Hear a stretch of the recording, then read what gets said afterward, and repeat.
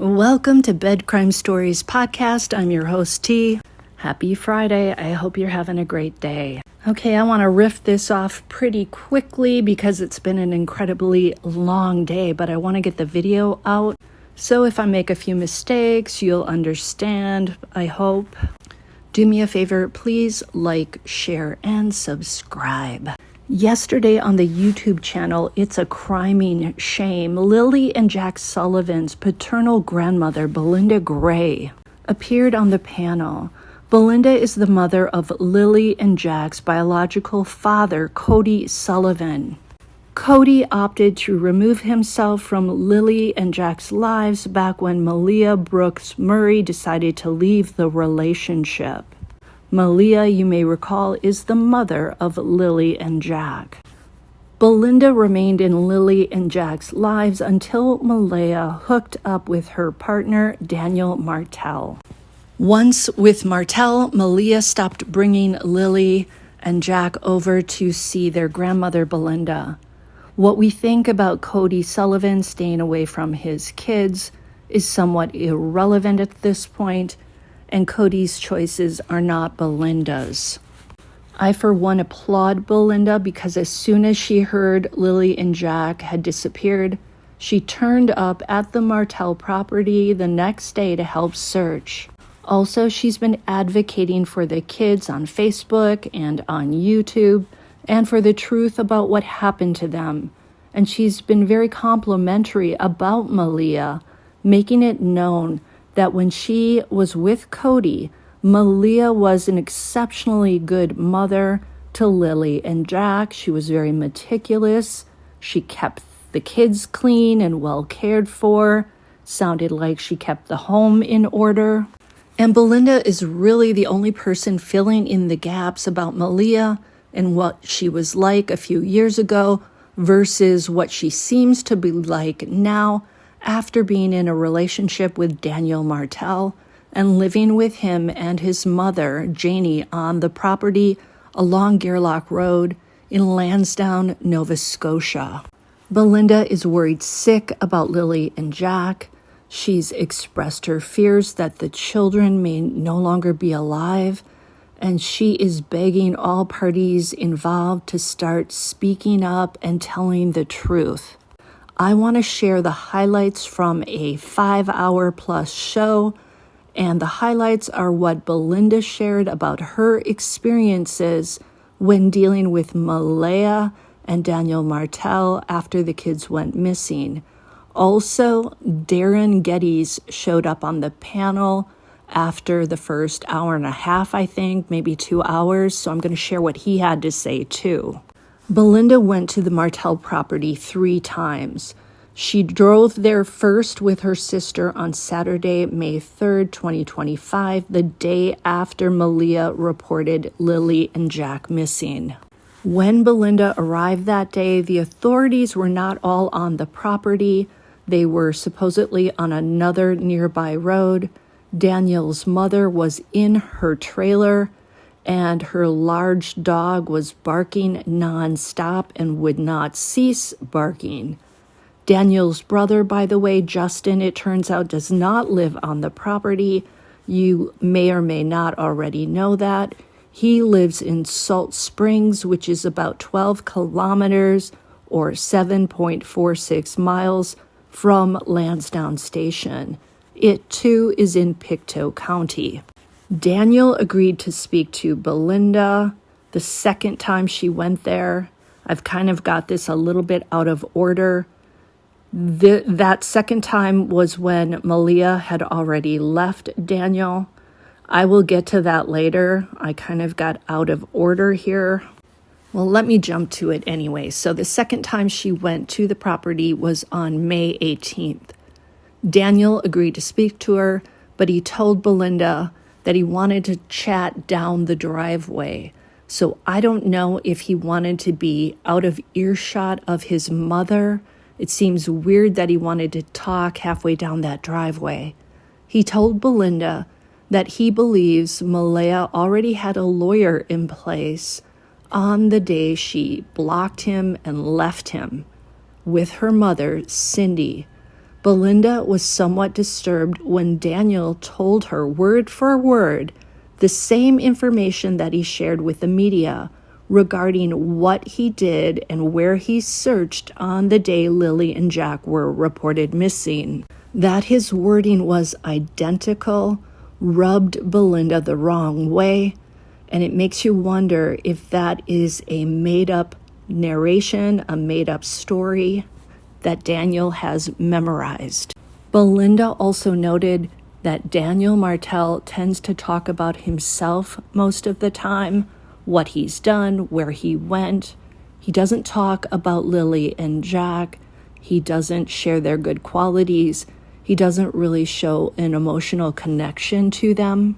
Belinda said that on the first day when she went to the property, that would be May 3rd, the day after the kids vanished, Daniel's mother refused to let the authorities search her trailer or camper, whatever you want to call it. According to Belinda, Janie said that she didn't want her trailer searched in that moment. The officer, according to Belinda, said to Janie, and it was a female officer, "You are impeding the investigation if you don't let us search right now." But it sounds like they did get a search warrant because Janie then looked at Malehya and said, if they're going to come in here and I'm not here, you have to make sure you hold the dog.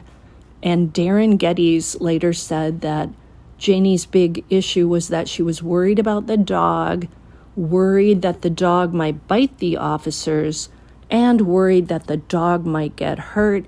It sounds like it's a big dog, but nobody has said yet what type of dog it is, at least that I know of. Now, when Belinda went to the property, she said the dog was barking the whole time and it wouldn't stop. This is strange because they said that the dog didn't bark when Lilly and Jack went missing. So why is the dog barking uncontrollably when Belinda shows up on the 3rd? And apparently Daniel Martell said his mother woke up when the dog started barking, but Darren Gettys, who I do believe is a relative of Malehya's, said that Janie said she was already up because her brother had called her at like 6 a.m., somewhere around there. So if she was in bed, she wasn't like sound asleep. She'd already been on the phone.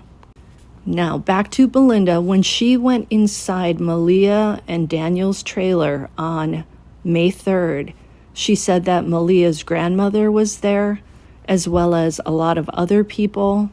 She also described the interior as being full of plastic bags. I thought she said they were recyclables, but it might have just been garbage, but they were everywhere. And she said there was stuff on every surface. So it sounds like a very chaotic scene inside the house because of all this stuff. Also, Malehya showed her the sliding door, and Belinda said it is true that door does not make a lot of noise when it's opened and closed. And again, the mess inside the trailer is weird because Belinda said that Malehya was always very neat when she was with Cody Sullivan. So why is this trailer so messy? And why is Malehya able to live in such a space when she was devoted to being neat and orderly years earlier? Is the messiness down to Malehya changing in some way? Is she suffering from postpartum depression? Does that explain the mess or clutter inside the house? Or is she using some sort of illicit substances that have changed her and changed her personality?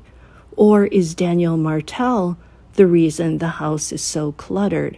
Because if you look at the outside of the property, it's a total mess. And Belinda said the inside sort of mirrors the outside. So is that a Martell thing? And Malehya just can't keep up and keep it all straight? Or what else is causing that? To me, the whole place spells dysfunction. But it could also spell poverty. Now, during this show, it was also said that Daniel Martell has had substance abuse issues in the past, allegedly.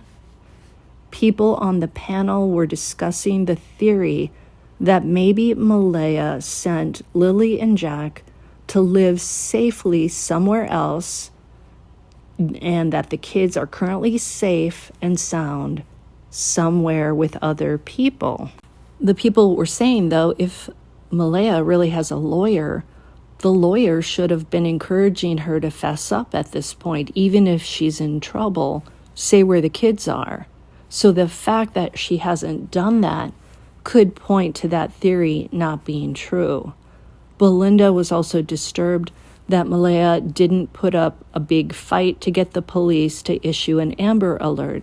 Yes, she mentioned it on her Facebook, but she wasn't really all that vocal after that. She didn't fight really, really hard to get that information out. Belinda was also upset that Malehya's one appearance before reporters, when she was out there, she didn't talk directly to Lilly and Jack. She didn't plead for the kids' safe return. Also, Belinda noticed Malehya's flat affect. Think about how you might behave if your child went missing suddenly. I'd like to think you'd be upset. I'd like to think that you'd be crying. I'd like to think that you'd be doing everything possible that you could to find them and get the public's help in looking for them. And why didn't Malehya say Lilly and Jack's names? Malehya took off from the property and went silent. She also shut down her Facebook for a while. And Belinda was like, why would she do that? You need Facebook right now to tell the story, to keep the kids' names out there, their faces. Who gives a crap if some trolls write nasty comments? It's time to put on your big girl panties and fight for your kids. Ignore the petty BS because you don't have time for anything that doesn't get you reunited with your children. So talk, tell the truth, show up, be a strong parent who fights for their children. So when Belinda and her sister went to search on May 3rd, Belinda asked Malehya, where do the kids typically play? And the mother pointed to a section of the woods. And that's where Belinda and her sister went because the authorities and the volunteers were somewhere else and they weren't supposed to go over there. So according to Belinda, there were ribbons tied on the trees in every direction, so it was very clear that that area had been thoroughly searched. She said she could tell that it was a place where Lilly and Jack played because their toys were there. You could just tell that they had been there. And again, as I said earlier, it sounds like Darren Gettys really is a relative of Malehya's. He's on her side. However, it remains to be seen if his story about Daniel's mother, Janie, hearing noises that sounded like Malehya had perhaps walked the children down the driveway to a waiting car. But apparently the scent dogs did pick up Lilly and Jack's scent, but only on the property and down the driveway toward Gerlach Road. This made Belinda say that the kids were either walked down the driveway or they were carried because they couldn't walk themselves, as in they were either injured or not alive. Belinda has said before she doesn't believe that the children wandered off into the woods. It's simply too difficult to navigate in there because of thick brush and falling trees. Now, supposedly, Daniel Martell has said that he believes Darin Geddes' story about Malehya possibly arranging for Lilly and Jack to be taken away, maybe to New Brunswick for safekeeping. But people are saying if Daniel believes that, then why did he say that he searched so hard for Lilly and Jack? Belinda also said if Daniel's mother, Janie, heard Malehya handing the kids over to somebody else. And if the police refuse to listen to her, why isn't Janie on YouTube shouting this story out to get people to listen? At that point on the panel, Belinda started crying because she said, there's no chance that the kids are in the woods. She also said that there are some muddy areas out there, but there are also a lot of dry dirt roads and paths. Belinda felt that the speculation about Malehya having postpartum depression is likely not true, because she asked, wouldn't Malehya have postpartum depression with Meadow and not with Lilly and Jack? Meaning, wouldn't Malehya have trouble bonding with Meadow? That's what the postpartum depression would be about. It shouldn't be about Lilly and Jack at this point. And Belinda knows something about postpartum depression because she had it when she had her daughter. And right after her daughter's birth, her husband died. And she said she had a horrible time trying to bond with the baby because she said she would have done anything to get her husband back. But then over time, as she started to see her husband in her baby daughter, she began to bond with the daughter. Then there was some discussion about Daniel Martell allegedly criticizing Malehya and her treatment of Lilly and Jack. It sounds like Daniel may have been making Malehya feel bad about herself. I don't know if that's true. I don't know if that was simply online speculation. And apparently Malehya has said recently, allegedly, why is Daniel Martell spending so much time talking to people online instead of searching for my kids?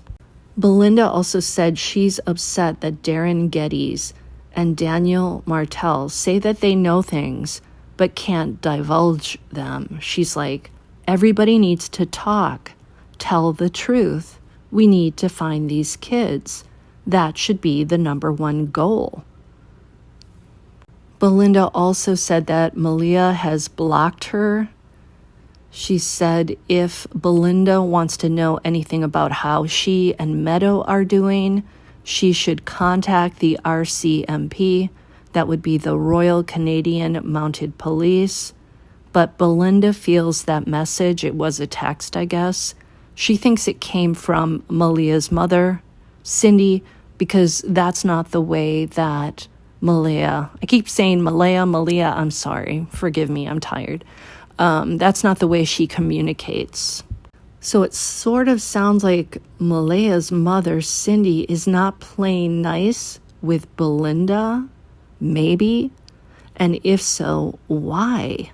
Does she dislike Belinda's son, Cody Sullivan, because he abandoned his children? Belinda went back out to the Martell property on May 18th, not to search, but this was the time that she wanted to speak to Daniel. This time, Janie came out and asked her, "Who are you?" And this is the time when Daniel agreed to talk, but it had to be in the middle of the driveway. He expressed to Belinda how weird it was that Malehya was blocking him and Belinda. He told her that he thinks maybe Malehya's half-sister and her mother, Cindy, have something to do with Lilly and Jack's disappearance. By the way, Darren Gettys did show up later on the panel, and this is when the conversation really got interesting. He said he has full respect for Belinda, by the way. He was very nice to her. Belinda wanted to know, why didn't Janie put out this story sooner? Because she said she would have liked to know about it. And the more Darren talked, I really do think he's a legitimate person. I think he definitely is a relative. He definitely wants to know where the kids are. He's trying to help. Janie, he said, will only put up with so much crap because apparently people are showing up on her property all night long. And they're creators. I don't know who they all are, but she's tired of it, and she has no problem speaking her mind. Darin said when he first went out there, he had a problem with Daniel Martell. But after talking to him, he doesn't think that Daniel did anything to the children. And now he's actually looking at his own family, Malehya, and he thinks she may be the person who may have led the children to disappear. He said he did put in a report to the Major Crimes Unit, but he said they still haven't gotten back to him. And he wouldn't divulge everything because he said it could affect who gets custody of baby Meadow. But Belinda stood firm and she said, I really wish Janie would come out and tell the truth. And she should have told that story about hearing Malehya outside with the children on the morning they disappeared, perhaps walking down the driveway and handing them over to somebody in a car. She should have said that earlier because everybody's been out searching. You can tell I'm stumbling over my words. I'm tired.